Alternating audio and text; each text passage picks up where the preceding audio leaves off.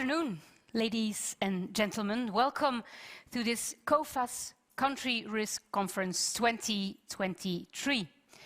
Today we want to show you how important it is and how important it will become to embrace risk with artificial intelligence. I'd like to also welcome all our followers in the stream, because we have a live audience here in Ter Elst in Antwerp, but we also have people that are, thanks to digital technologies, following us at home or in their home office at least. You'll have to miss the networking part, of course, obviously, but very happy to have all of you here. We have foreseen notebooks for those that are with us here in the room. You can write down anything that you want to remember, but stay assured we will share all the slides with you that will be presented today. And my name is Suyin Aerts. I am entrepreneur and journalist, and I'm very happy to be your moderator throughout this interesting afternoon. We'll have 3 speakers and we will have a panel discussion, and we will shed our lights on the importance of artificial intelligence, but also the value it will bring in the evolution to enhance and be more accurate if we talk about credit decisions that need to be made. But to really welcome you today as well, I'd like to invite Chris De Greef, the General Manager of Coface Belgium, to join me on stage. Please welcome him with an applause.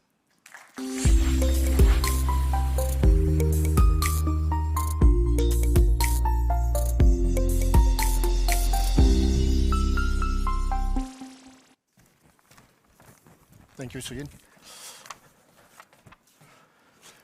Good afternoon, ladies and gentlemen, and welcome to our 2023 Country Risk Conference. Unfortunately, we have had a lot of last-minute cancellations due to the recent events yesterday. But for those who are here and people joining us remotely, welcome to our annual event. Our conference today is built around a key theme. It's artificial intelligence. And your presence here today shows that we all share a common willingness to understand what's in front of us and how to prepare for what is coming. At Coface, we can already say that AI is not just a hype, but it's already a pivotal part of how we today are shaping the future of credit management and risk assessment. Just to give you a little insight in the Coface Belgium cuisine, so already 5 years ago, we took the decision to increase the number of automated robot decisions in our underwriting department. Today, we are at 63%, coming from 35% of automated decisions when you ask for a credit limit. We've seen that this event did not have a negative impact on our acceptance rate. It did not have a negative impact on our claims ratio. And it allowed our underwriter department to focus more on the difficult cases. So now our people have much more time to go and visit our debtors, to go and visit our customers, and to understand more about the business, and to take more, let's say, risky decisions, but based upon human interference. In a world where data drives decisions and technology enables us to harness its full potential, AI and connectivity have become fundamental. They are the tools that empower us to navigate through the complexity of today's global markets, the incredible amount of information which is available out there, and to make informed decisions, which at the end of the day is our mutual concern. Now, let's talk about the elephant in the room. AI is taking over our jobs. I know some of you might be worried about losing your jobs to robots, but let me assure you that it's not going to happen anytime soon. At least not until they learn how to fill out paperwork and attend boring meetings like we do. In all seriousness, we need to embrace AI. We need to embrace AI as a tool that can help us work more efficiently and effectively. And as a good insurer, we need to work together to identify the risks associated with AI and develop strategies to mitigate those risks. This conference is an excellent opportunity for us to do just that. And I'm as curious as you are to see what our keynote speakers will have to explain us. Our core business, however, still remains the understanding of the global and local risks. And our economists have once again prepared our barometer for Q4 2023, giving you the economical outlook of the experts at Coface and their years of expertise, long before AI was even a topic. You will all receive a copy of this barometer in your mailbox the coming days. So let's make this event an opportunity to not just listen and learn, but start defining the future of credit management and risk assessment altogether. You'll find also a notebook on your desks, so if you have any questions, please write down your questions, and there will be time available during the panel discussion later on this afternoon. Thank you very much, and I hope you enjoy the rest of this afternoon. Thank you. Thank you. Thank you, Chris. Always nice to hear your vision and to hear that there are elephants in the cuisine of Coface. Did I get that right? No, it was the elephant in the room, of course, and an insight in the cuisine of Coface. Before we dive into our topic, AI of today, I would like to introduce you to Didier van den Berg. He will give us an update of the country and sector risk with the trending insights on the prospective markets. And Didier is the head of risk underwriting for Belgium and Luxembourg. Please welcome Didier van den Berg.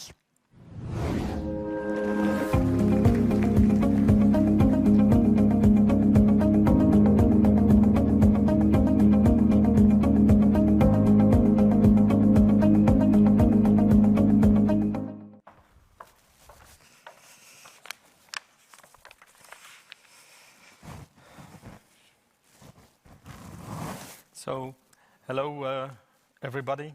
Welcome to our country risk conference.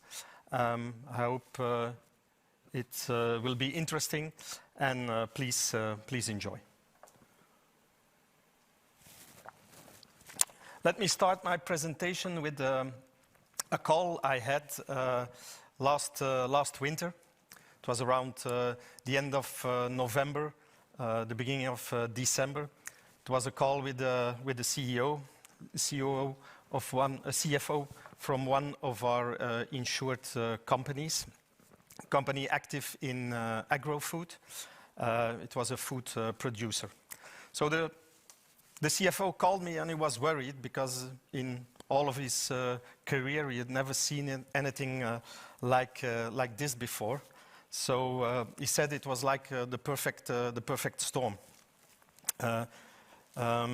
Production costs were skyrocketing, mainly due to the commodity prices and the energy prices, of course.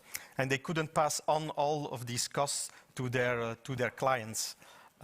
Especially because they had yearly contracts with them. So their price-setting power was not that great. And of course, in January, there was more to come with the automatic indexation, so the wages would increase also by 10%. So the company had a record high turnover, but margins were completely down. And the company would eventually write red figures bottom line. So, and that was for the first time in more than 10 years. I presume this story sounds quite familiar for some of you. It does for us, because in the last couple of months, we've seen a lot of financials of 2022, and the trend is really that turnover was quite high, but margins were down. So where are we now today? Because this was last winter. So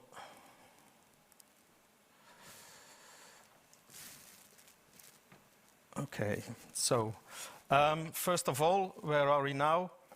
Commodity prices, as you have experienced, went down, and they stay rather low.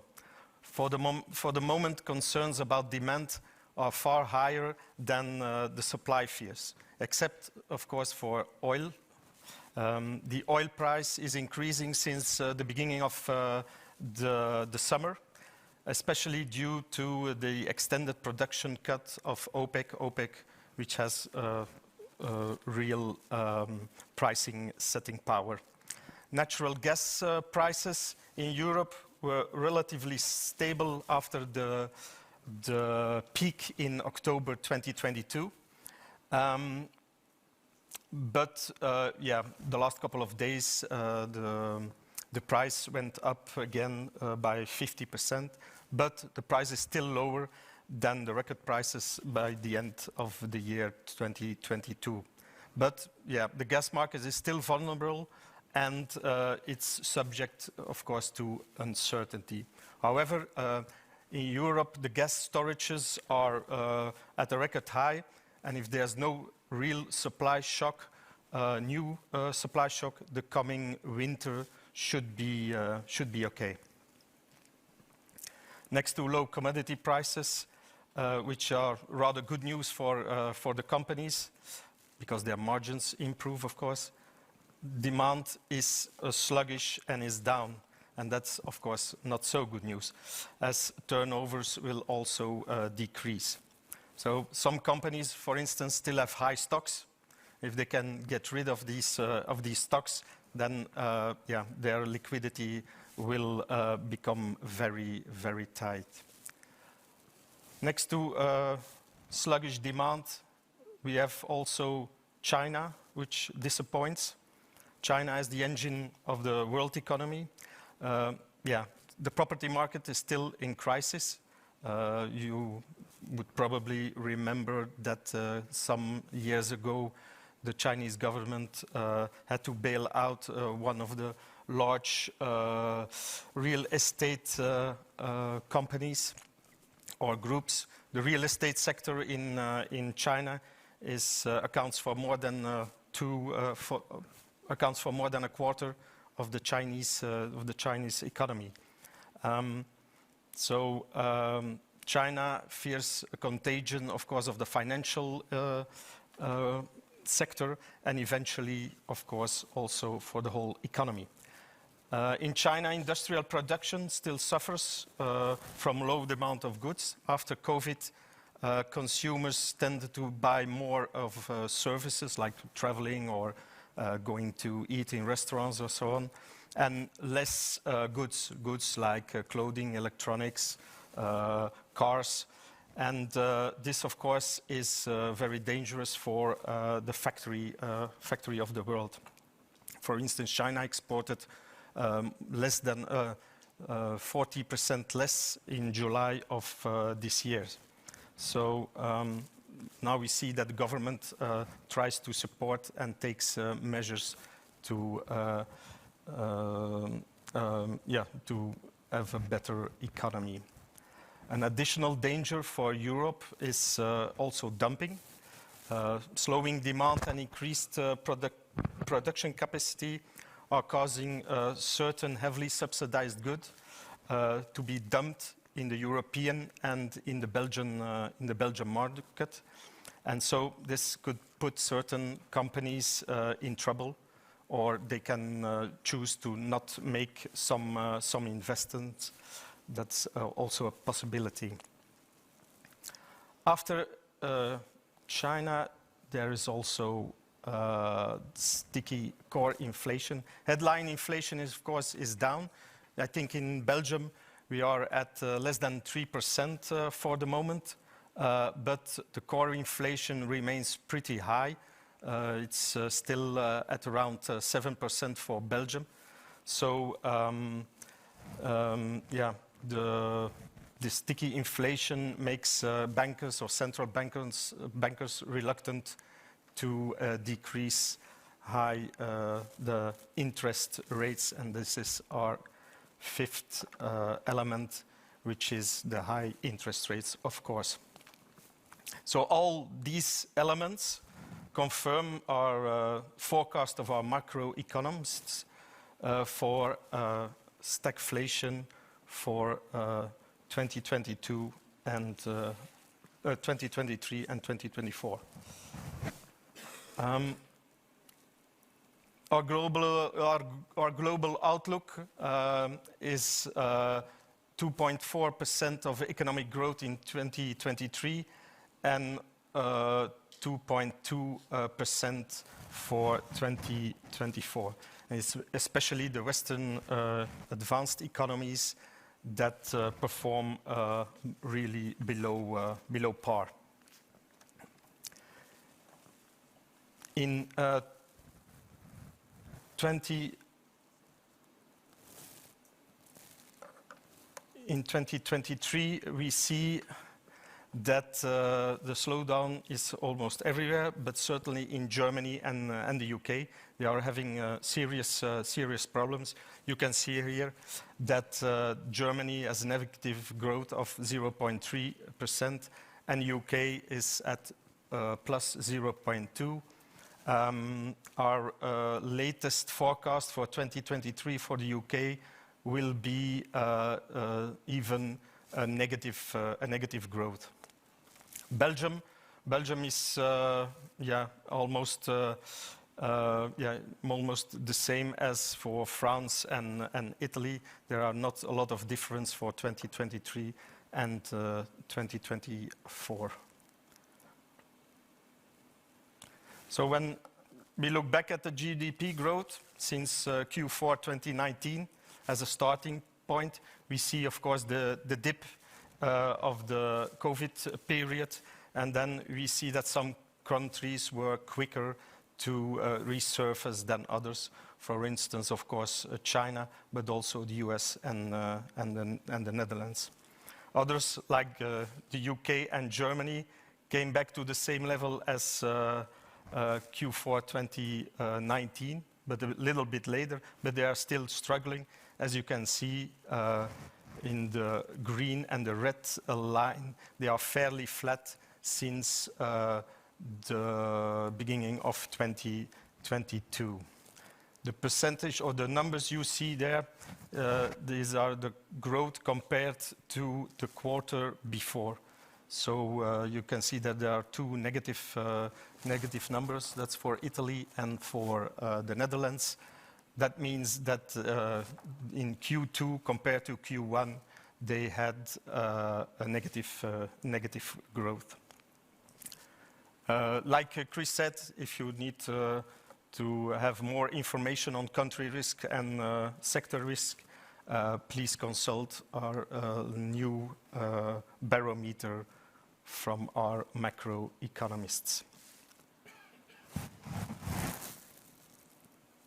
So when we now take a closer look at Belgium, we see the quarterly evolution of the Belgian GDP. So Q2 2023 grew by 0.2% compared to Q1. When we go a bit more in detail, we can see that the components who drive the growth these days here in Belgium for the last 4 to 5 quarters, it's mainly private consumption. That probably thanks, of course, to the automatic indexation of the wages. Inflation, like I already said, inflation is coming down very quickly. We are at 3%, especially thanks to, of course, the decreasing energy prices. Core inflation remains high, so that means that we forecast that the interest rates will remain high for the complete year of 2024. So now all this information, what does this all mean for corporate insolvencies? Yeah, we have governments who are withdrawing or not extending support measures. Next to that is the fact that there's no real fiscal room anymore for the countries, for some countries at least, to generate great or big bailouts. Rising input costs have decimated the margins and affected, of course, the cash position of the companies. Next to that, there's also higher interest rates, which means, of course, that bad news for the companies already highly indebted. And also companies will be thinking twice before investing as they wait for better times, of course. And of course, we have banks who are more hesitant to grant credit or more restrictive to grant credit. And then, of course, there is what I already said, the fall in revenues, the sluggish demand. So you can imagine that all these result in more corporate insolvencies. When we now take a look at the insolvencies in Belgium, here we see that is more a normalization of the pre-pandemic levels. We are still a little bit lower than the numbers of 2019. I think it's 5% lower, but we see a gradual normalization of these insolvencies for Belgium. For the sectors, when we take a look at the sectors, here we see the evolution of the bankruptcies compared to the bankruptcies the year before. So the green bar are the bankruptcies, the evolution of the bankruptcies of 2022 versus 2021. And then the blue is the evolution from January, August 2023 compared to the same period in 2022. Of course, the numbers of bankruptcies in 2021 were pretty low. So, for instance, also you can see that pharma, they have plus 200% and minus 100%. That's also due to the fact that there are not a lot of bankruptcies in the pharma. So one or two more bankruptcies get these higher percentages. So we should not jump to conclusions for this insolvency, but it remains interesting when you see that, for instance, textile and clothing, there's 78% more of the bankruptcies in 2023, and also construction and transport and logistics have increased their bankruptcies in the last 2 years. Something interesting also perhaps is the business insolvencies in our countries next to us. Here we see that Germany is for the first time, it was in June because we don't have more recent figures. In June, it was the first time that the number of bankruptcies were higher than in 2019. For France, for the whole year 2023, they are a bit higher than 2019. The one country that stands out is the UK, of course. UK, the bankruptcies in 2022 are at a record high, and already 2022 was a record year for the UK. So, what does this all mean? What does this all mean for the incoming claims we have? On group level, we see that the claims returned to the 2019 level in amounts, especially.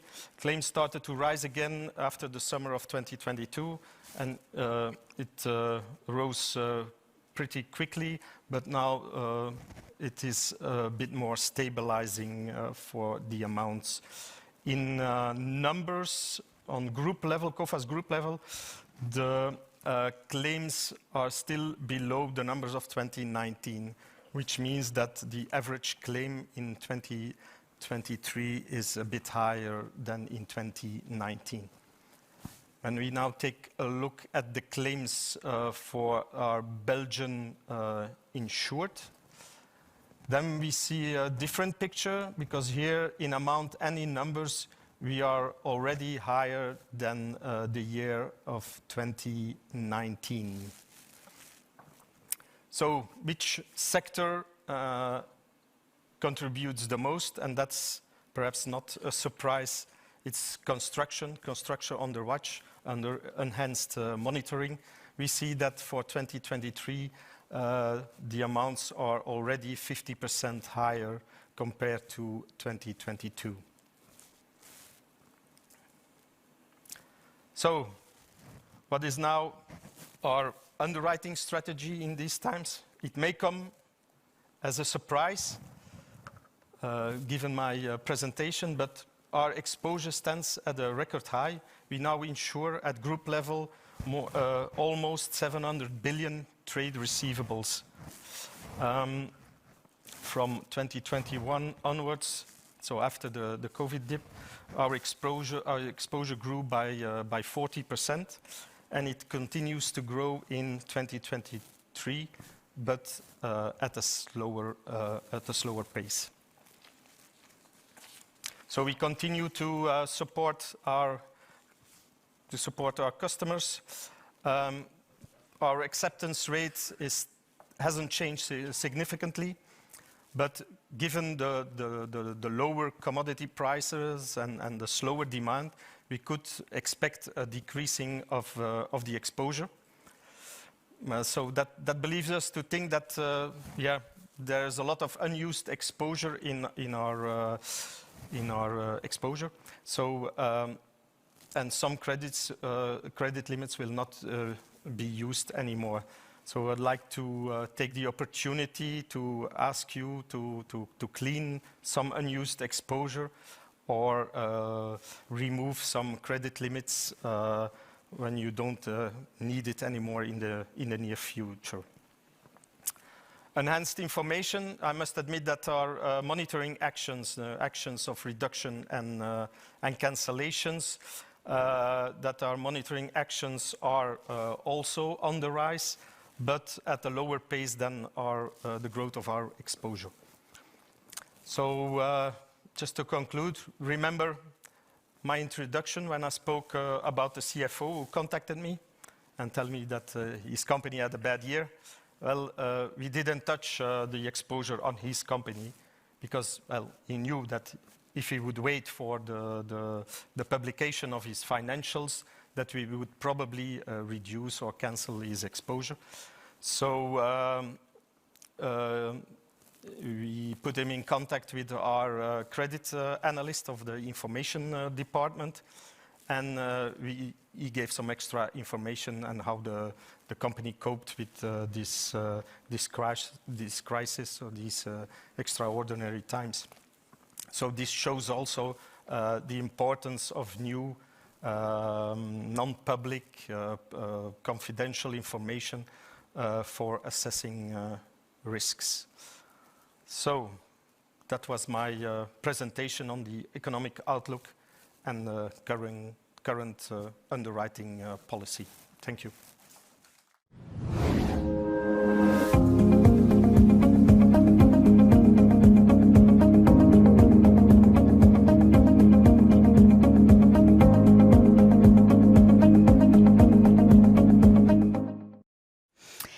Thank you, Didier. A new economic outlook, not such a good news, of course, depending a little bit on the sector you're in, the country you're in. Talked also about the claims which are rising.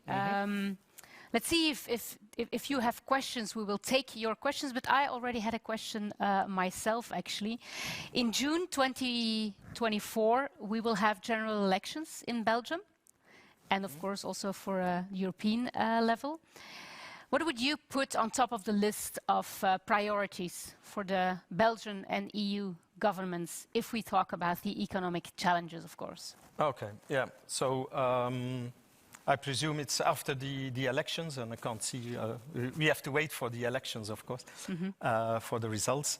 What I would put forward is that the new government for Belgium needs to put into place a solid legal framework so that companies can trust and can invest in Belgium. I refer to, of course, the INEOS problems in Antwerp. So that would be one. A second one would be to increase the employment rate.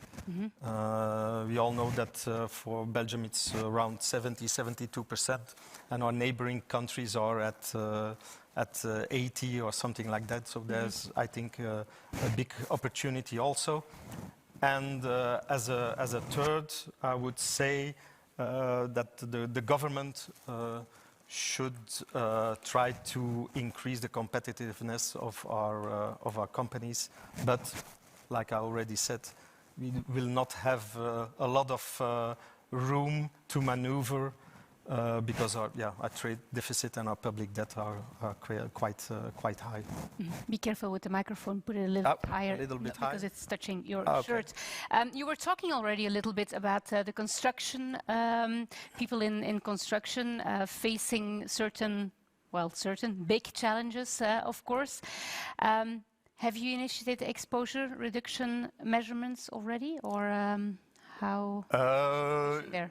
Yeah, we have an enhanced monitoring. Like I said, construction is under watch, so we are closely monitoring that sector, of course, especially in the order books now that are not really filled. So yes, we do have. Like I already said, we had a lot of claims in 2023 already on the construction. So we do have.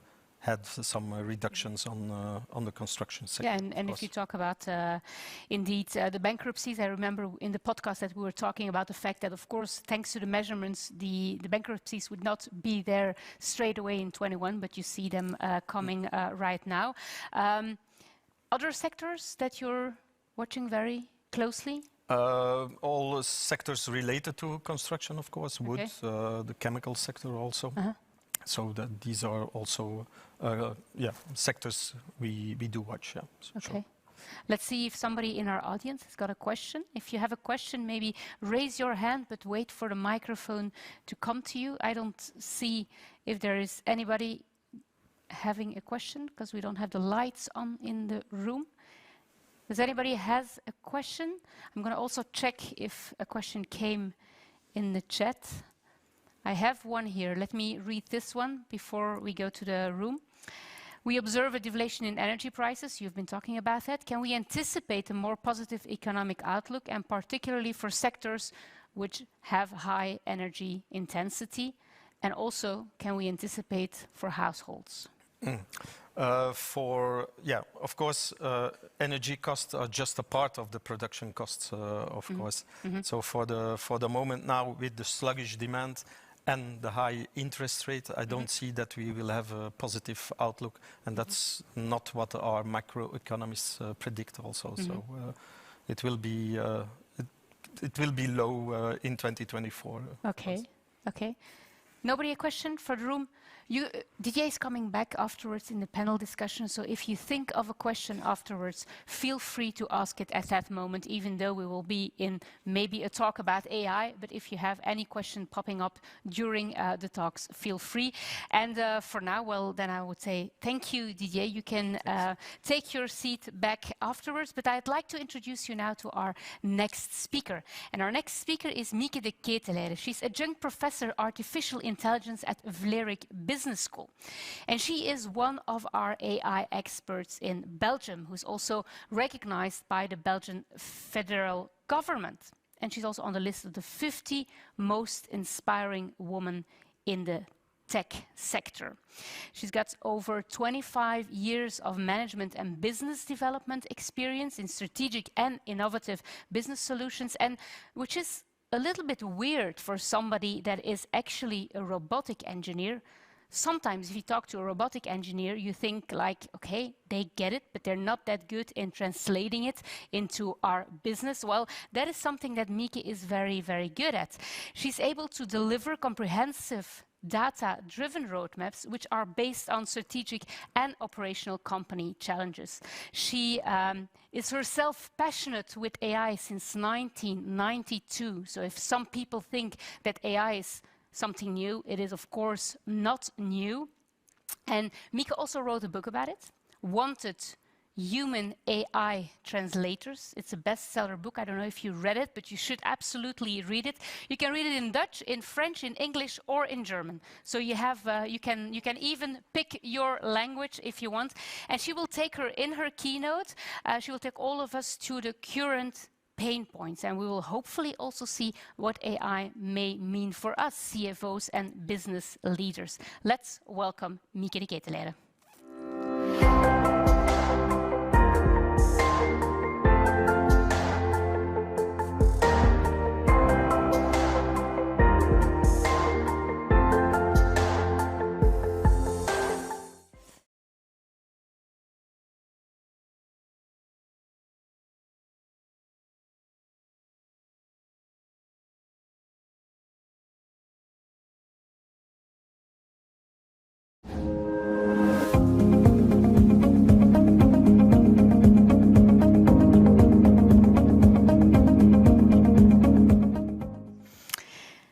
Thank you, Mieke. Interesting, eye-opener, for sure. If I hear the story of the insurer, I think we can really say that even if we're in risk management, that we will still need the humans. Would you agree with me then, in this sector, that AI will in a way help us to maybe automate certain repetitive tasks? Therefore, it will be maybe useful to use AI and maybe also reduce the risk of human errors? Yeah, exactly. So in my opinion, the two tasks which are really clearly the perfect spot is, the repetitive tasks. In order to free up time from, our fantastic human brain. And the second task is on using AI to see uncertainties in the world we're currently living in that we couldn't see with our current eyes. Our world is tremendously fast in the way it's moving, and AI can help us in, there we actually try to make an objective decision, and there's always some subjectivity in there, is to make sure that the system is more objective, or the decision at least is more objective and profound, instead of just, doing it by our own head. Absolutely. I already had an interesting question in the chat. I'm going to read it to you. You started by saying that you think that AI will become almost mandatory for the business to stay relevant and competitive. But there are some challenges. I heard you say 25% turns out to be successful. Then, despite all those challenges, how would you then start an AI project and make sure that it will turn out to be successful? Yep, and it's a very good question, because the point is that today people just start because they are having data or because there's a technology that's there. Or, the times I get a call from, we should do something with ChatGPT, help us. That's not the right start. The right start is you start with a challenge. So you take your annual report, you look, what's your challenge? We need to create a growth of 5%. From this challenge, you look at what data can help us creating that challenge. And this is how you set up your process, just like you do your restaurant. You don't start just by buying ingredients. That's one point. And I think the second point is to make sure that you're directly aligned between the different silos within your company. And this is something that I don't see happening right now either.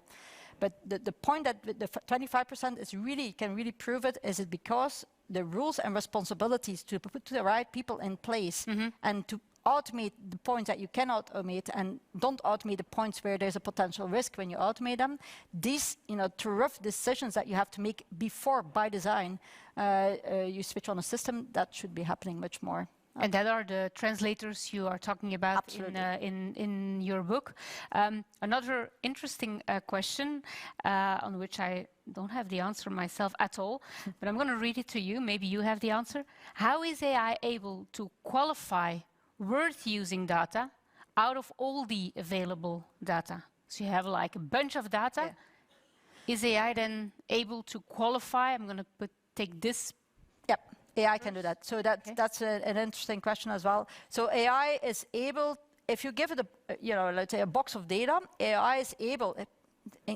It's a rather technical answer, but in case of supervised learning, so where you have the answer from in the past, and you give this to the box, AI is able to see the link between what you put in there and the answer. And it's even able to say, well, which data has more impact than other data. So this is this is technical approach, but normally AI partners, tech partners can help you with this. Absolutely. It's like, this algorithm that comes out, from I have these inputs and this is what's coming out, you can compare it to a recipe. If I make bread, I have, I need egg. Do I need eggs for bread? For bread? No. No, okay. I need salt, I need Let's call the Italian cook. No. But we need a lot of ingredients, but do we need them all at the same amount? No. Yeah. But, the point is that's the same with an algorithm. You need a little bit of this data, tiny little bit of, or big part of the data, tiny little bit. You don't need a human brain to define the weights. It's AI itself will tell you, and that's what we call the black box. We don't know exactly why these weights are being put as like this, but AI puts the weights. This not only says which data, but also with how much weight the data will have an impact on the final decision in case of supervised learning. But it's rather technical aspect. So the answer is yes. I hope you're still following. The answer is yes, in the short way. Okay. Great.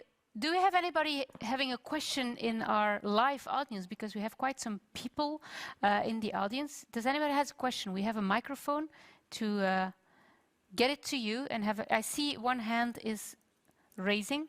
Just wait for a microphone, please. Yes. Hi.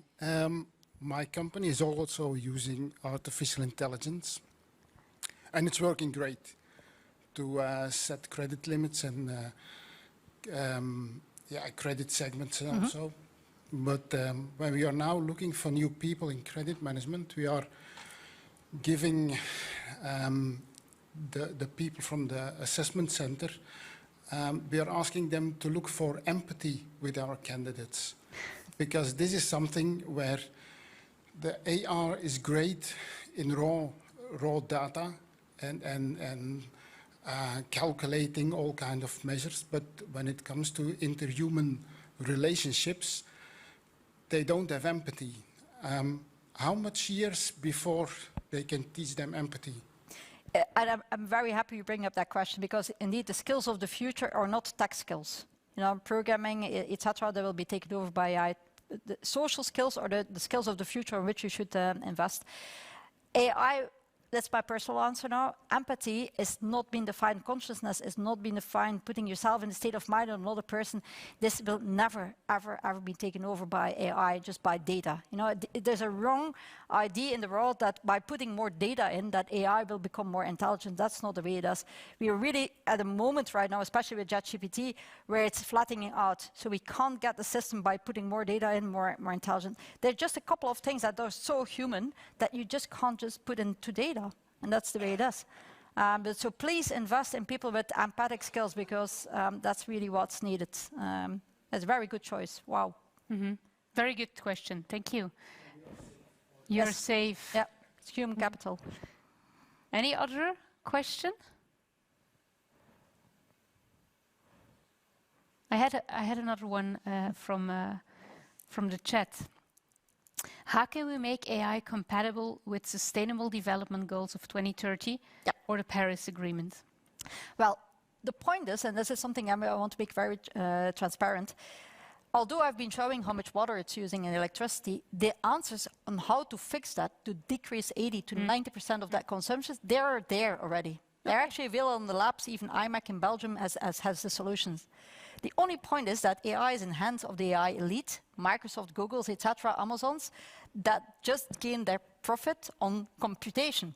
So they will never, ever make that transparent to you. So that's the point. So if you force your vendors of your data centers or even of your solutions to say, well, we want to have it transparent at the level of energy consumption, and then force them to decrease it, we might get there. But this is just a fact that's not enough known. The second thing is, at the moment, and that's with investors, if you have two startups, imagine, and one is having a system which is 90% accurate, and the other has a system that's 95% accurate. Investors will always go to the most accuracy. It's normal. Why would you take a system that's less accurate? There is a trend, it's called green AI, and it's already an academic situation like this, is that both accuracy and energy consumptions are going to be taken into account when a decision is made. So although you might have a more accurate decision, because you've consumed 10,000 more times energy, we're going to use and invest in the other. But it requires some bulk decisions. And the last point on this is we have, as a society altogether, to define the future of AI. Look, ChatGPT solves what problem? Human dialogues, there was not a problem. We've always been able, for years that we know each other, we've always been able to talk. So ChatGPT doesn't solve that question. The problem with AI is that the endpoint has not been defined. I can compare this with going to the moon. You're either on the moon or you're not. It's pretty binary. Yeah? And the technology in that direction, either you're on it or you're not on it. With AI, when have we reached with ChatGPT the endpoint? GPT-4, GPT-5, GPT-6, and nobody's holding them up. And the energy consumption just increases. So it requires more knowledge in society about AI in order to create that pushback like we did in the time of the cars. We want to have safer cars. Car industry said, it's not going to be possible that you get people to do a driver's license. You will never succeed in this. Well, we succeeded. And the same needs to happen with AI. So it's about education then? Education and making sure that people, we all use technology, but we don't want to read the little letters and understand how it works. Well, there's a reflection we need to make ourselves. I don't have any technology around me because I make the reflection, what's the value it brings for me compared to the impact on the people or planet? And people don't make that reflection. I don't use waste because it has a very negative impact on society. But people don't make that reflection because they don't understand the technology. Happy you were here on time. Okay. Any last question from our audience? Mieke will not stay for the panel, so if you have a burning question, this is the moment. But I'm very human and accessible through LinkedIn if you have any questions. What would be then your ultimate tip for the people sitting here with us, following us in the live stream? If they want to start their own project, make sure you have empathic people working on it, or would there be something? Collaboration. I mean, and there's a very good book on it. Make sure you have creative generalists in your team. And it's a good book. book of Suin, because today our companies are created in silos. Our university degrees are made in silos. And what we see is if you want to get AI right, you need to have people that actually cross the boundaries, people that create bridges. And this is what is just currently lacking because of the P&L structure we have in our companies, etc. But it's the generalist that will actually are needed. And it's not about good or right, both are needed, but you need horizontal and vertical people in your company. Okay. I have the feeling that in the chat, people dare to raise their voice. Let me read this one as the last one. In the future, there will be people who will not be able to understand AI or its output or the suggestions. What solution would you propose from society perspective if not using AI is not an option? Well, there's a role there for government to create awareness. There's a role there also for our educational system, but of course they need to make an effort to try to understand it as well. I mean, just compared to other technology, microwave. Most of us use microwave in a correct way. Do we understand the physics? No. But we use it correctly because at some point in time we made the effort. So there's a request from, all different types of supporting mechanisms, from education to government, but also to ourselves, to save all. If we're going to use this technology, we need to, at a certain level, understand it. But it's also a role for the people creating this technology, for example, ChatGPT or OpenAI, before launching it into society, to take time to sit around the table with the different stakeholders and explain it. Because nobody, even us as an AI expert, we don't know what has gone in there, how it was trained, etc. And we need to find out, over time, little pieces and parts, how it might be working. And this is not acceptable. It's simply not acceptable that the transparency is not there. So everybody has a role to play, just like in the car industry. You had the car constructor, you had the person itself had to take a driver's license, you have the government who had to create the road signs. Everybody in society has a role to play in order to get sure and to make sure that AI lands correctly, because it is a fantastic technology. It is. But we have to be careful not to use it too fast. So don't get trapped by the spielerij of ChatGPT. Let's not forget. Let's not get trapped by the spielerij from ChatGPT. If you have no more questions, I think I'm going to let you go, but with a warm applause from our audience. Thank you, Mieke.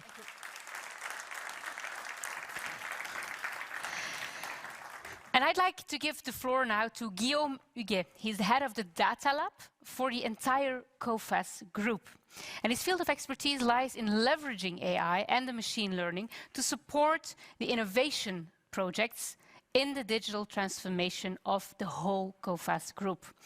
And we will now discover how they are using advanced data science technologies to create new solutions for risk management. Please welcome Guillaume Huguet.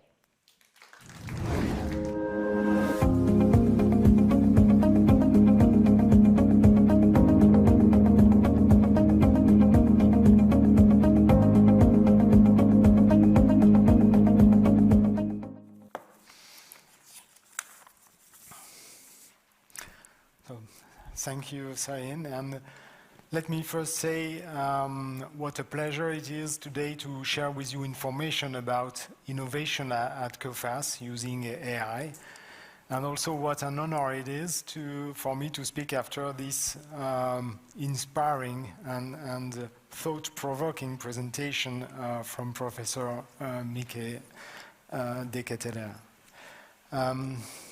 I lead a team at Coface called Data Lab, whose mission is to take advantage of our data and also from our data and from AI algorithms. Oh, it's this one, sorry. From our data and from AI algorithm to improve our operational efficiency and to improve new products and services that we can deliver to customers.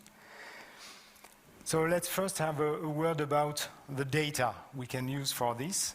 And our database at Coface contains millions of company records, currently 188 millions of identification records, millions of company data, of financial statements, corporate linkages, you know, these financial trees spanning all over the world. We have all our customer requests, millions of them, and credit limit covers that we deliver. We deliver more than 2 million credit limit covers every year. And we also have terabytes of claim documents and a full history of indemnifications and recoveries that has been built over decades. But what can we do with this data? This is where AI algorithms come into play, because they can help us create value out of it. And I will give you concrete examples of usage of AI and data at Coface. But maybe first a word about this algorithm after this very insightful presentation. I put there some names of algorithms we are using and technologies. And one thing to understand that very few of them are fully explainable, fully transparent. And I think here, well, probably only logistic regression is fully transparent algorithm. It has been used for decades for statistical learning. And most of the other algorithms are really impressive and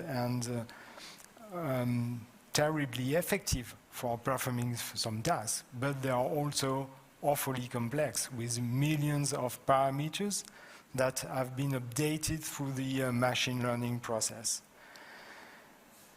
And currently, this is why for the core decisioning systems of our company, we are not using such black box algorithm, because we need transparency, we need explainability, and we also need to adapt, the ability to adapt in an uncertain world that have been presented earlier by Didier. And so for the automation of our decisioning systems, we are still using business rules that automate some part of the basic decisions, and then we of course rely on the expertise of our analysts and underwriters for the more complex or elaborated cases.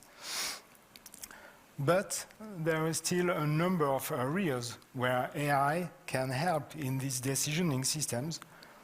For instance, by providing more insight, more accurate data that will support these decisions. And there are also a good number of tasks for which the use of complex algorithms is not an issue, and this is where we can take fully advantage of these very advanced technologies. If we start with operational efficiency, I have two examples of this, and so there are a number of things we can do. So I picked a few ones that we realized in the past years at the Data Lab. The first one I would like to share with you is a task that we encounter mostly in all our businesses, but for the business information business, it's usually the first step for engaging with a customer. And it has something to do with company identification. So to echo Professor De Ketelaere's presentation, this is where we are addressing, we are looking to deal with the dull and difficult tasks, and where AI can really make the difference and bring higher efficiency. So let me first show a video of a first example that deals with the way AI can improve and help the company matching system that is the first step for engaging with customers. So let's have a look at this short video example.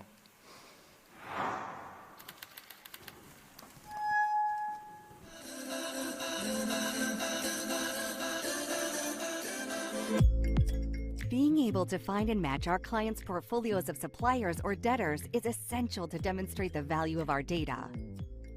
However, this fundamental task is often difficult and time-consuming due to the variety of contents and diverse quality of the files provided.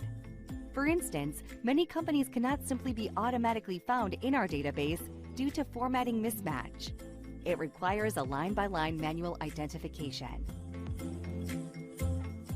We need to develop a solution to improve and facilitate the matching. Our solution. The Data Lab developed a tool that relieves users from the tedious task of putting customers' files into a standardized template. We've also designed a new search engine that delivers automated matching with high hit rates and an unprecedented speed.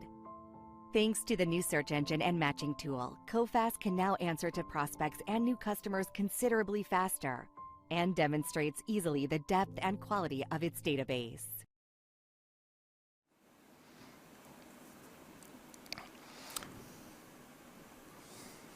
No, if it comes.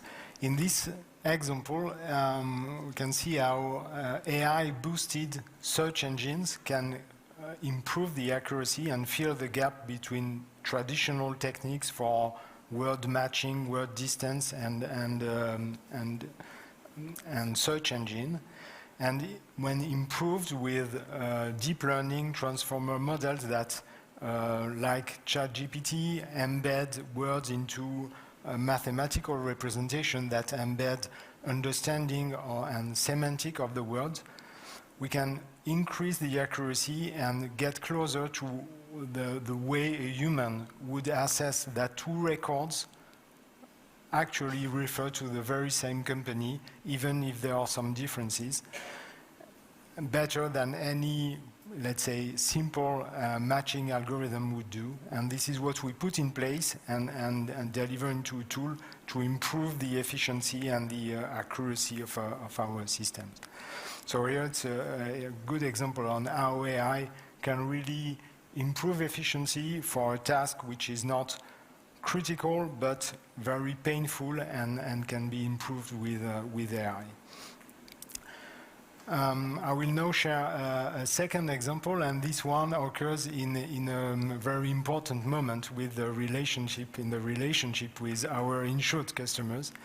It's where we have a claim declaration, and there are documents that we need to receive in order to perform the indemnification, and noticeably the invoices that we need to indemnify. And in this example, we are using a set of AI techniques to automate a very complicated and painful task of document verification. And we call this system Euclid, and I will now show you a video explaining what it actually does. So if you can send the video. TCI customers all expect to be quickly indemnified in the event of a loss.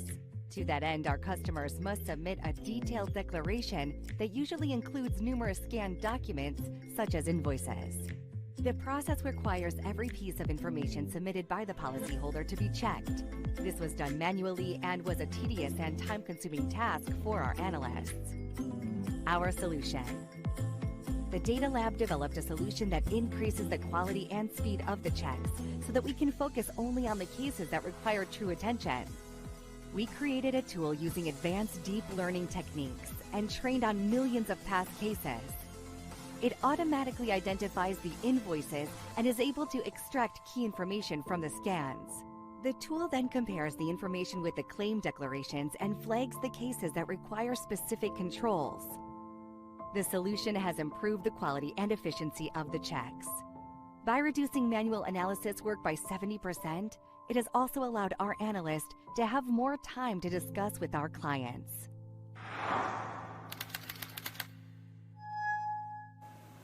So in this second example regarding operational efficiency, what makes the difficulty actually that Each customer has a different invoice template, and data is always located at a different place in the document.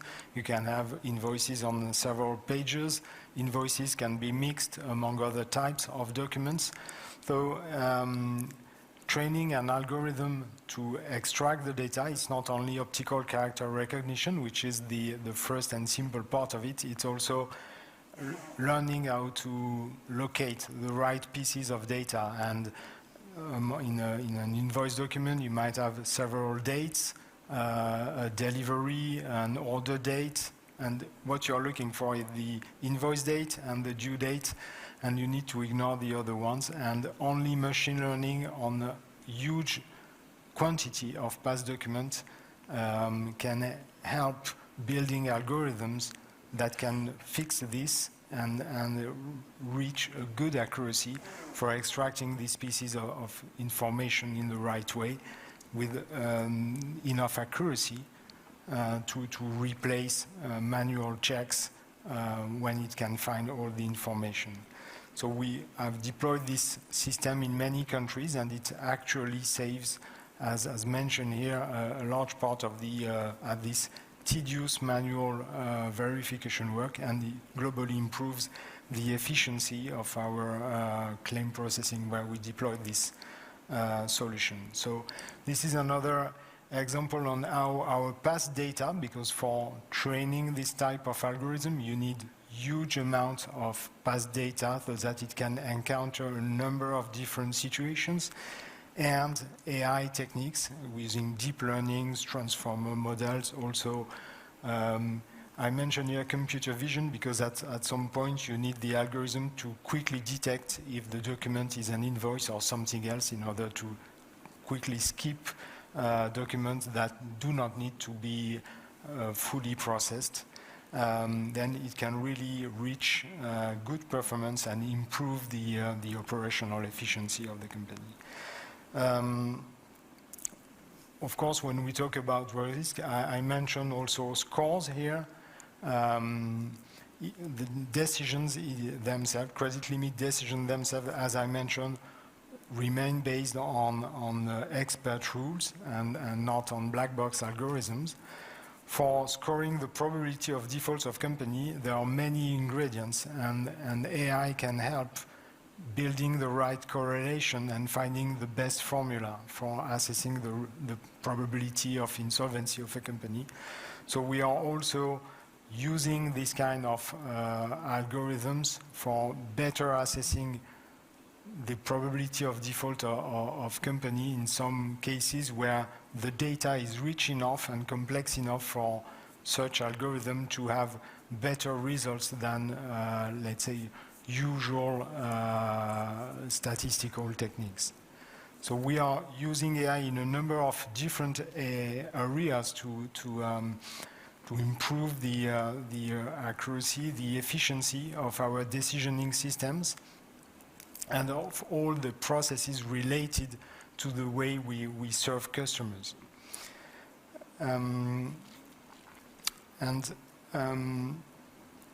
Yeah, so this is for the operational efficiency part, but we can also use our data and AI to improve products and services that we deliver to customers.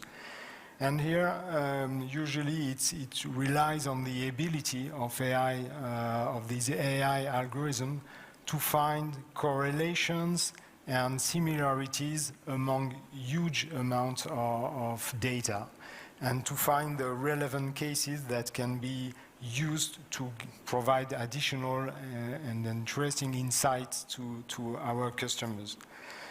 I also have a first example to share regarding our BI business, and it's a solution that makes use of the millions of financial statements we have on companies all over the world for helping better interpreting the items of financial statements, and it's called peer group comparisons. Let's have a look at this short video.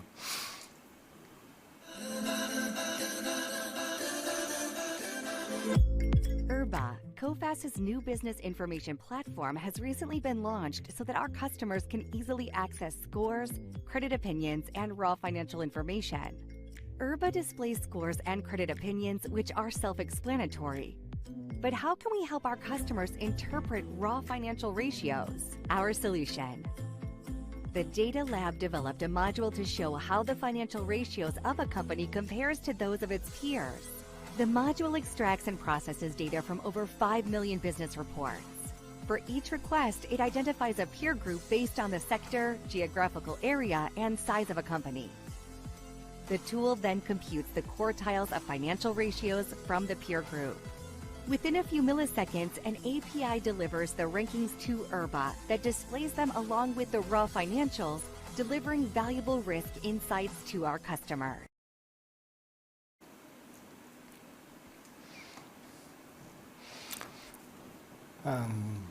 So in this example, we are really trying to get value out of the data and help our customers to better interpret it, thanks to the use of the algorithm and the way they can process past data. And as you can see in all these examples, we are making the difference between areas where we can take the risk to use black box algorithm because there is no harm and no issue regarding explainability. It's just finding out relevant data. And for the core of our decisioning system, we are more, we take care to use the right algorithms at the right place. But AI is already there in a number of solutions that we currently, that internally at Coface we are using every day, and also inside solution that we provide to customer. And the next example is something we develop for our TCI customers. You know, when you're requesting a credit limit in Cofanet, you don't always have an immediate response, as Chris mentioned in his introduction. There is a number of cases where we can run business rules and expert rules that can take an immediate decision for some simple cases. But in some cases, for a number of different reasons, maybe because we are lacking the information and we first need to acquire it, because we don't have a score on the company and we need to compute it, or because it needs to go through a manual underwriting process, the response won't be immediate. And we develop a system trying to assess how long it will take to provide an answer to the customer, and we call this my waiting time. And this is our next video.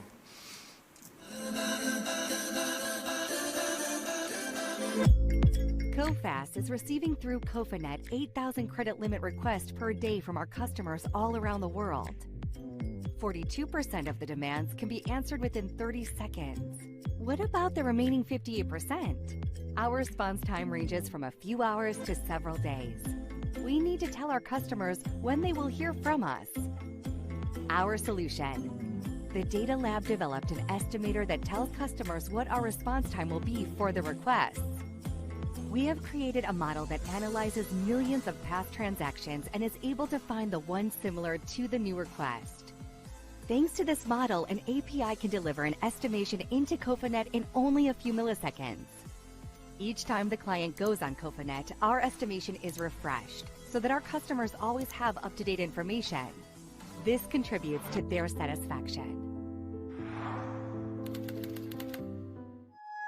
I really hope so.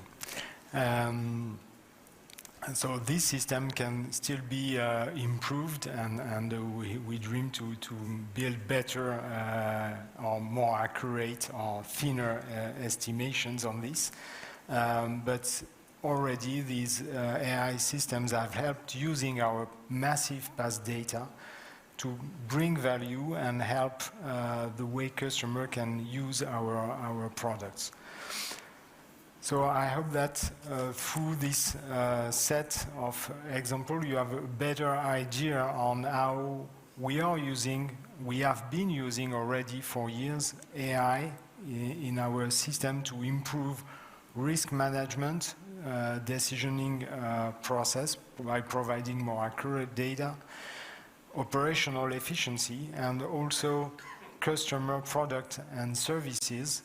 AI is already everywhere in our systems, and we continue identifying use cases, ways data and algorithm could be used to improve efficiency and quality of service, and at the end, customer satisfaction, which is the ultimate goal of the company. So this use of AI is already there. And as mentioned in Professor De Ketelaere's presentation, it needs collaboration throughout the company to be a success. That's why the Data Lab is working with all business departments and build this system in collaboration with the user, collecting feedback, improving the system, and because adoption by the users, internal or external, is key for this algorithm. If they are not understood, if you cannot trust into the system, then they won't be used, and you won't have the benefit and gains you are expecting from these technologies. So this is quite already an overview of anything we are doing with the there are a number of other projects, especially scores, and I need to keep some of them for the next presentations. And I would like to extend this presentation regarding innovation to another very important topic we are working on, which is connectivity with our customers. Connectivity is our customers can transparently use our product and services directly from their IT systems without the need to connect through our applications. And we call this Coface as a service.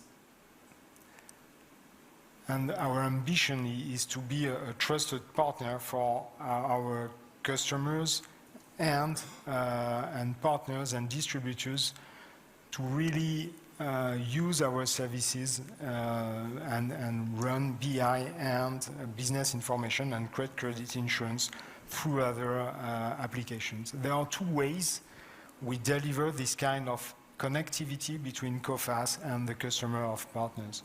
The first way is providing APIs. APIs is a way machines can communicate and exchange data and services. And so we are providing APIs that can be consumed by our customer through developments by their IT teams for custom integration into their system. And the second way we provide this connectivity is by providing plug-and-play solutions. These are solutions that are packaged and can be quickly integrated into the ERP or accounting systems of our customers. We are constantly trying to innovate on this and to provide a higher quality of services and solutions.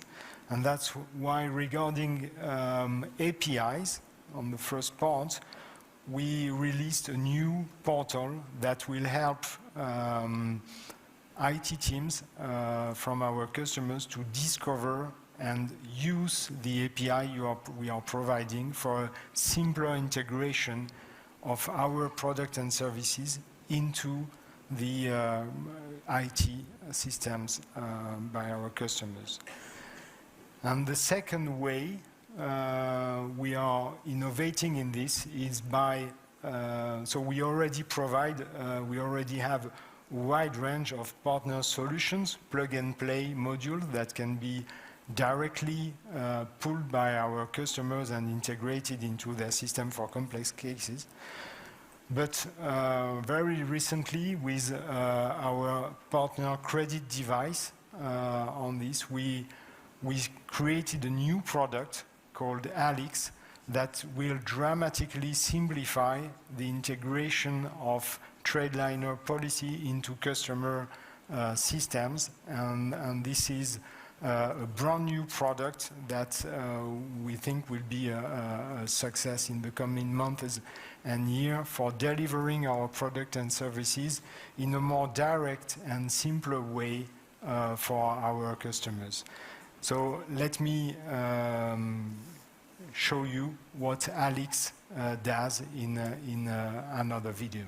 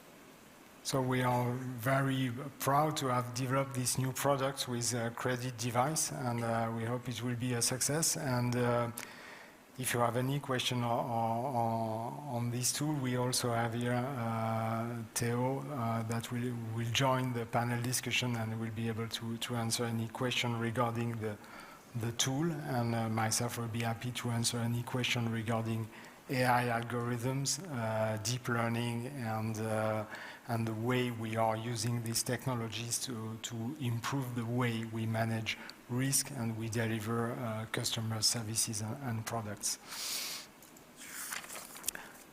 So it was a pleasure to give you this insight about this use of, on concrete projects at Coface, the use of AI and innovation.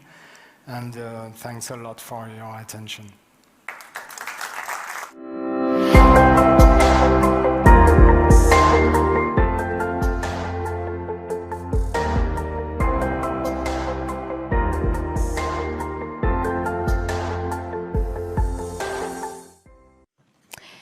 Thank you so much, Guillaume. And indeed, we have two gentlemen joining.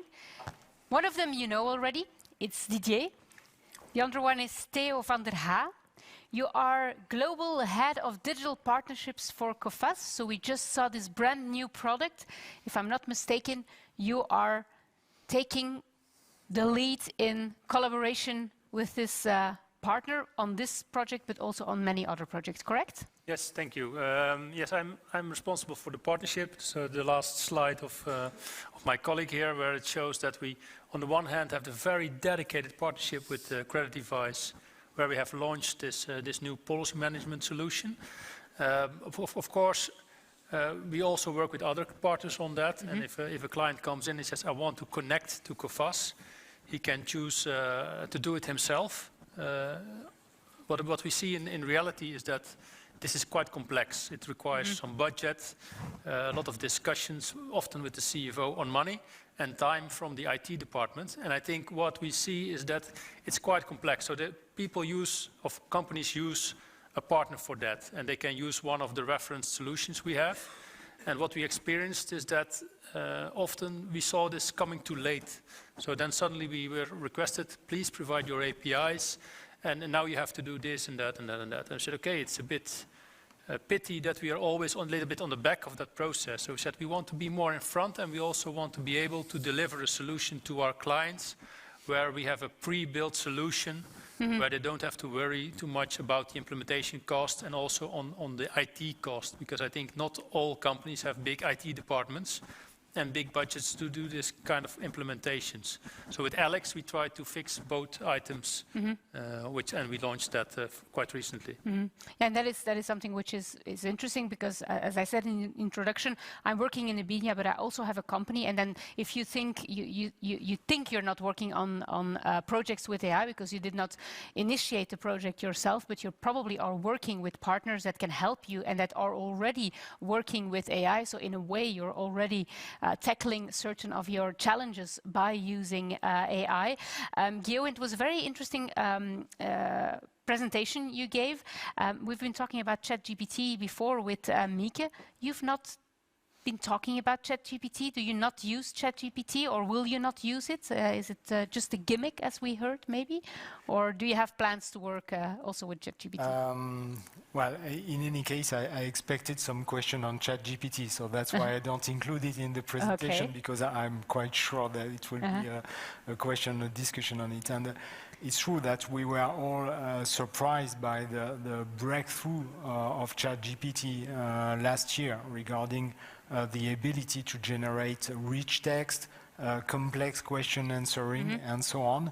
And it really surprised us as a data lab team or as anyone. And at the same time, there are serious issues regarding the truthfulness of the content generated by ChatGPT, which could be an issue for using it in any, let's say, risky business case. And at the same time, it demonstrates a huge power. I mean, these large language models that are at the heart of this solution, they really demonstrate how they can not only understand the syntax and the semantic, which is strangely enough only captured through mathematical representation of words, but even facts contained in the documents, on the huge corpora of documents that were used to train these models. Well, the model captures facts and reliable, some parts of reliable information among it. So how to use it? I think that anyone in the company and everywhere is already using it for day-to-day tasks. I mean, when you need to generate content, when you need to answer a complex question, asking ChatGPT and using its output as a proposal can save you a lot of time, and a lot of people are already doing it. Then among in my team and in other team of the company, there are a lot of software developers. Software developers can really benefit from ChatGPT because it also demonstrates an incredible power for generating code from a description and also describing what a piece of code is doing. So ChatGPT is already increasing the productivity of the IT teams in I think all companies, and Coface is no exception regarding this. And then considering the project we have at the Data Lab, we are already testing these solutions, and not ChatGPT itself, but related solutions and the large language models to help in extracting facts and information, structured data from unstructured documents like universal registration documents of company, corporate publications, corporate website. All these elements contain valuable information that take time for a human to read through and extract.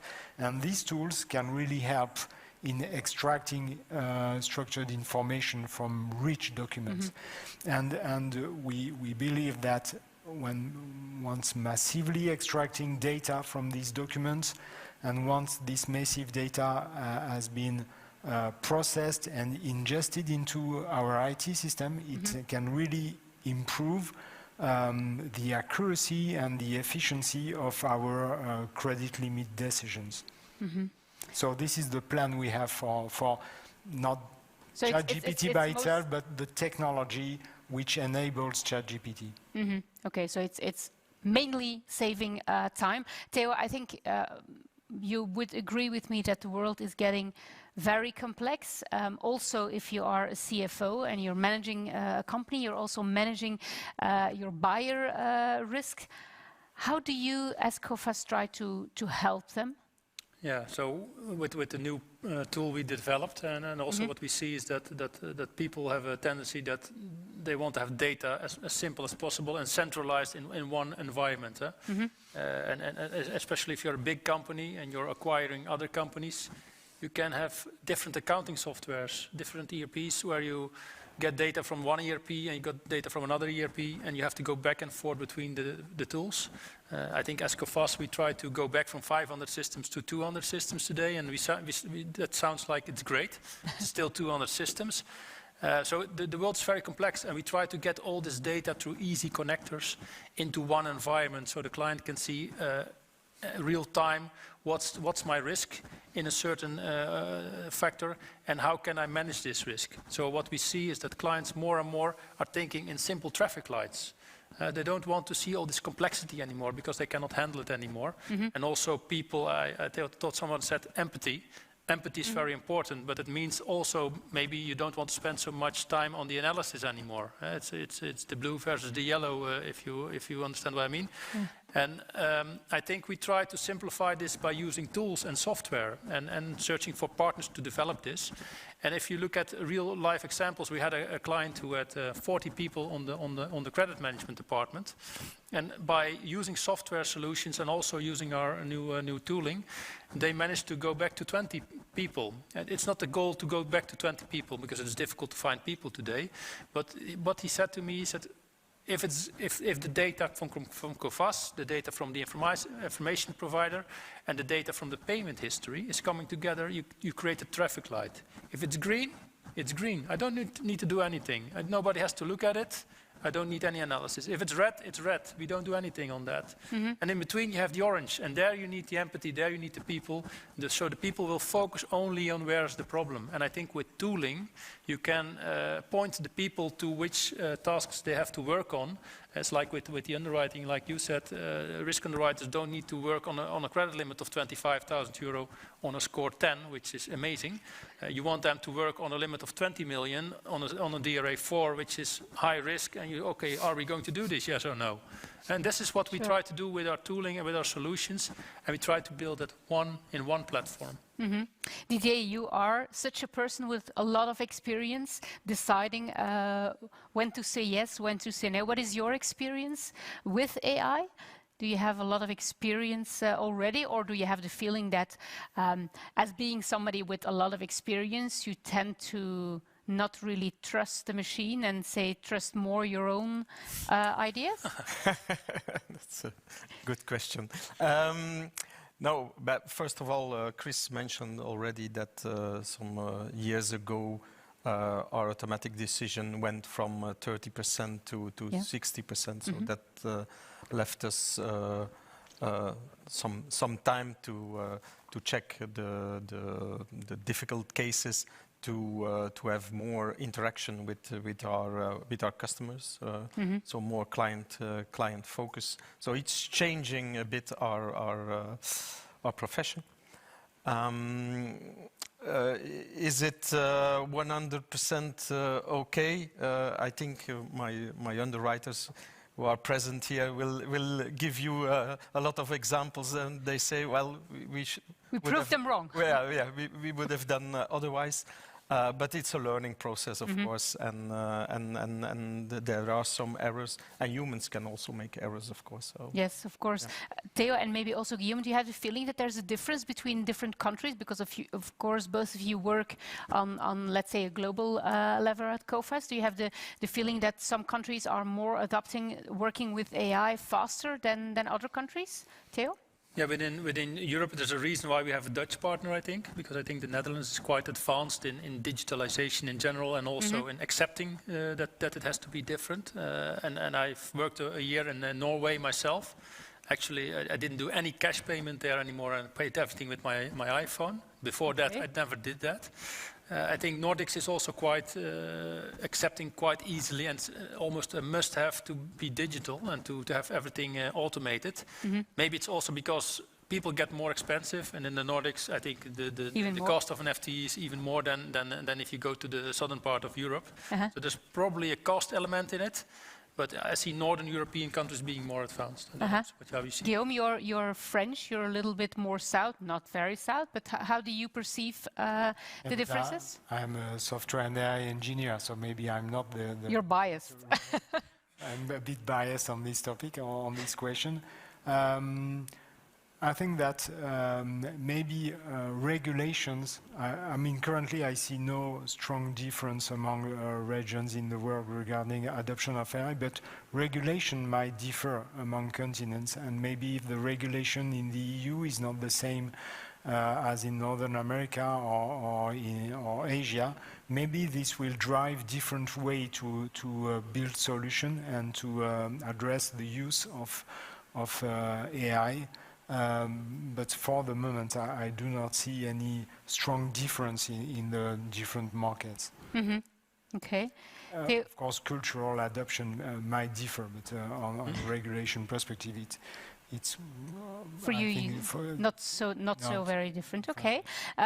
Theo, where are companies right now putting their efforts on digitalization? Is it more in marketing? Is it in sales? Is it in the finance part of their companies? I think it's probably everywhere. But what we see is, if we would have discussed this 3 to 5 years ago, I think there was low interest. Also at the insurer, we were seeing. I was talking to Credit Device at that point in time already. They had their solution already, and we were talking to them, but we were not really interested. I think during the COVID, I think everybody's working from home.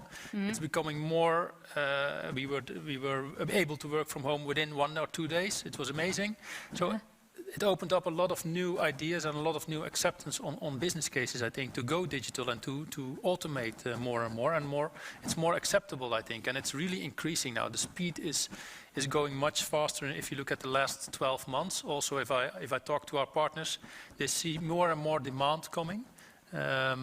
Although it's still more on the top end of the businesses which we see, but I talk a lot to SME as well, and we see that the world is getting very complex, and they are looking for easifying the solutions. And next to that, what we see is that people there's coming a new generation who is very digital and is not into Excel anymore and is not accepting books anymore. If you look to Coface as a trade credit insurer, I always say we give the client a book when we sell the policy, because I think it's 30 pages, don't laugh too much about it. But I think we should automate all these rules which we have in this contract to make it more simple and easy for the generation which will come and which will not accept this kind of old-fashioned way of working, I think. Is that something, Didier, that you also feel that customers want to have new solutions, especially the younger generations, and even maybe with the team you're working with? Do you have the feeling that the younger generation wants to not have any paper anymore, no more books, and easy solutions? In my team, I don't think that the people are looking for easy solution. Perhaps our customers do, but no, I don't have that feeling for the moment. Okay. I don't know if somebody has got a question in our audience. I have some questions that came in through the chat, but let me first check if somebody is going to raise a hand in our audience. Als u een vraag wilt stellen in het Nederlands, of si vous avez une question en français, n'hésitez pas. On peut vous répondre, on va essayer de répondre en anglais. If you have a question in English, no worries. Don't mention the language. We will translate your question. But I don't see any hands. You don't see any hands either, I think. Not for the moment. Okay, let me check what I have here. Alex, will it be available in Belgium? Somebody's asking. And what kind of companies can use it? I think formally we launched today in the Nordics, in Germany and in France. Germany and France being the two of the biggest markets in TCI market. And of course we are still in the rollout phase, but we already presented it to some Belgian clients as well, because you know, I live just a 1 hour drive from here, so for me it's easy to present it to some Belgian clients as well.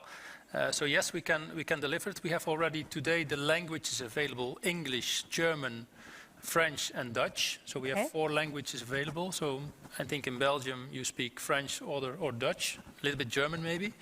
So we can cover the whole country. So if someone is interested, just go to your account manager or your sales and they will contact me and we will get in touch, no problem. Okay, great. Maybe a question that Didier can answer or Guillaume. Let me first read it out. Like the cryptocurrency phenomenon, should we invest on AI the same way we did or should have with Bitcoin? Didier, do you have an idea on that? I will leave it to... Or will you leave it to Guillaume, who will pass it through to... It's a difficult question. Part of it, we say probably people who bought NVIDIA, you know, the manufacturer of this chipset that consume this energy for training models. Then it was a good choice, probably better than some cryptocurrencies.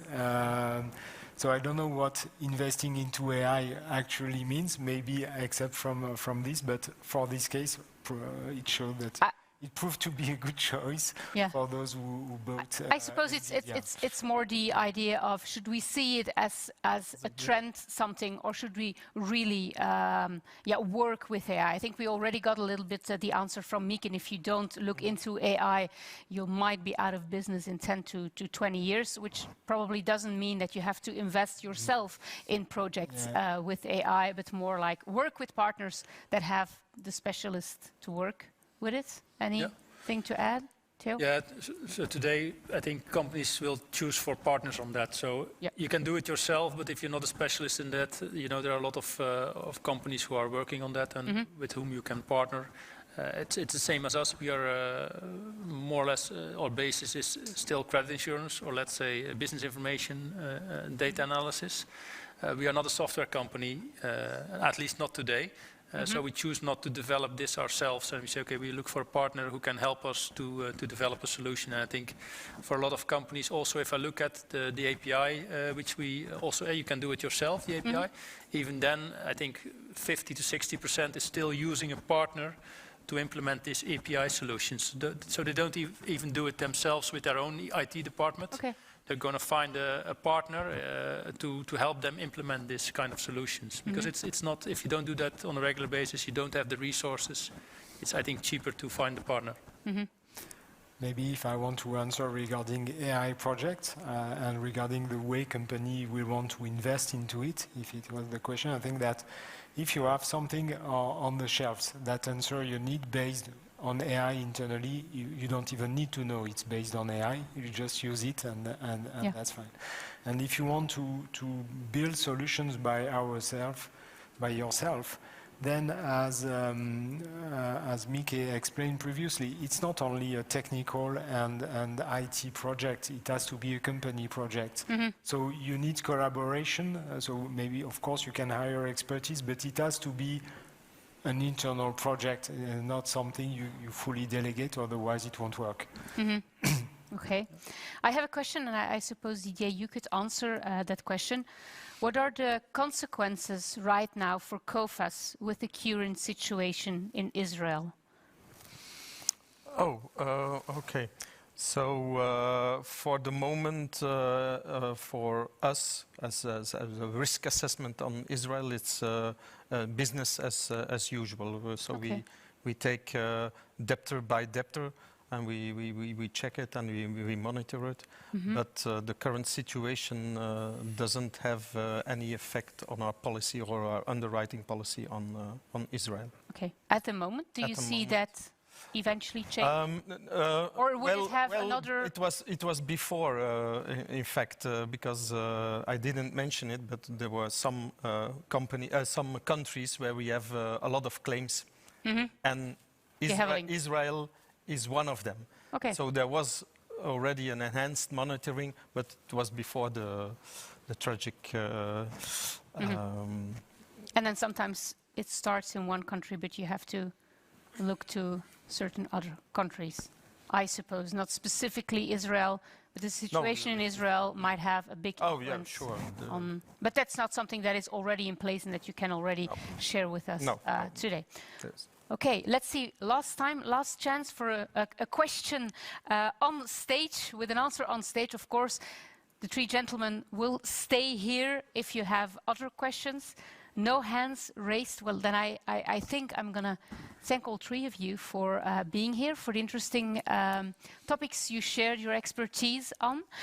Thank you for all you that were following us in the stream. If you have any questions, feel free to drop them quickly in the Q&A and we'll get back to you also on the questions we did not pick to answer live, of course. Thank you so much to our audience here in Terelst. I hope you had a good time in our studio. We have, of course, a reception for you that is waiting right now. And if you have more questions for these gentlemen or the other people of Coface that are present here, we are ready to answer any questions. Enjoy the rest of the evening and the afternoon. See you next time.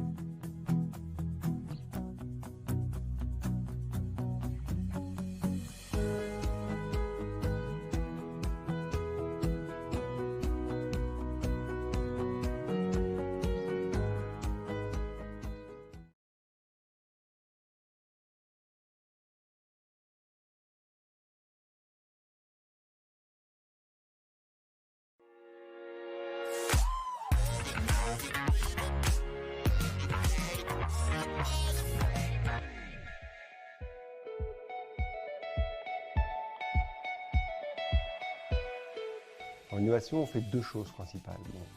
On a un travail prospectif, on essaie d'identifier les tendances technologiques, d'usage qui vont impacter nos métiers, nos clients, nos partenaires. Au Danram, on a une vision client qui oriente en fait nos projets, donc on ne fait pas de la R&D pour développer des projets qui vont rester dans un laboratoire, mais on est déjà drivé par un besoin existant chez nos clients qui sont les lignes de métier. Coface ha una banca dati internazionale e unica al mondo. I dati presenti in questa banca dati ci permettono di essere assolutamente predittivi nella valutazione della singola azienda e del mercato e dei rischi di mercato in cui l'azienda opera e questa è una chiave assolutamente competitiva e innovativa.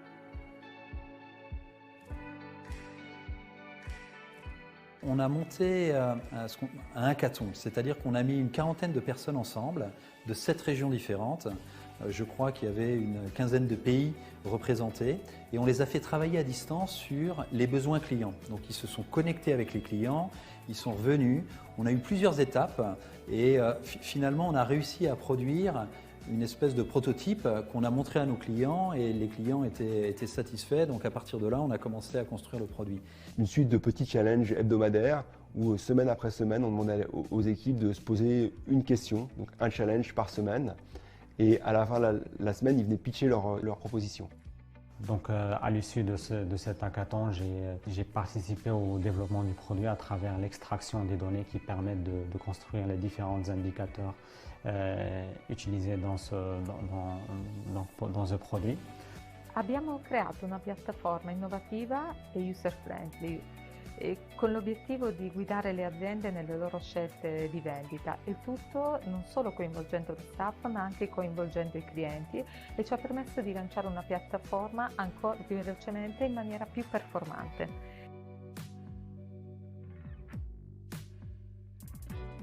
L'innovazione è la chiave del successo per un'azienda. E migliorare la propria offerta, ascoltare il mercato, testare le piattaforme a 360 gradi, capire se corrispondono alle esigenze dei clienti e ascoltare i feedback commerciali. Tutto questo aiuta a innovare e ad avere successo. On est une équipe qui travaille en mode itératif.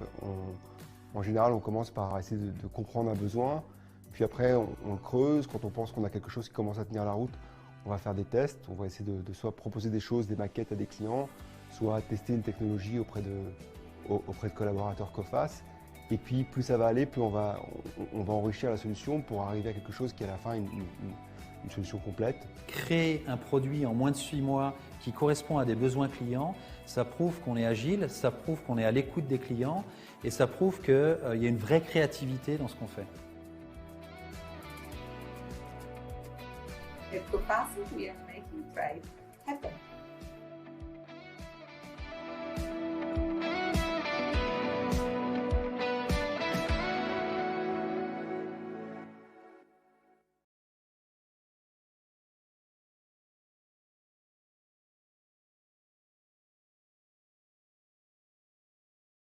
Urba 360 is an intuitive and interactive web application tool that enables access to unique data and insight for the risk assessment of companies worldwide. You can make deep analysis with the 360 view and see at a glance the risk situation with the help of the Urba wheel to explore microeconomical insights like the score, the credit opinion, and the financial ratios. Round up the 360 view with the country and sector risk assessments. A deeper analysis is also available on each insight found on the detail page. Urba 360 is the only and unique online tool you will need to manage your risk successfully.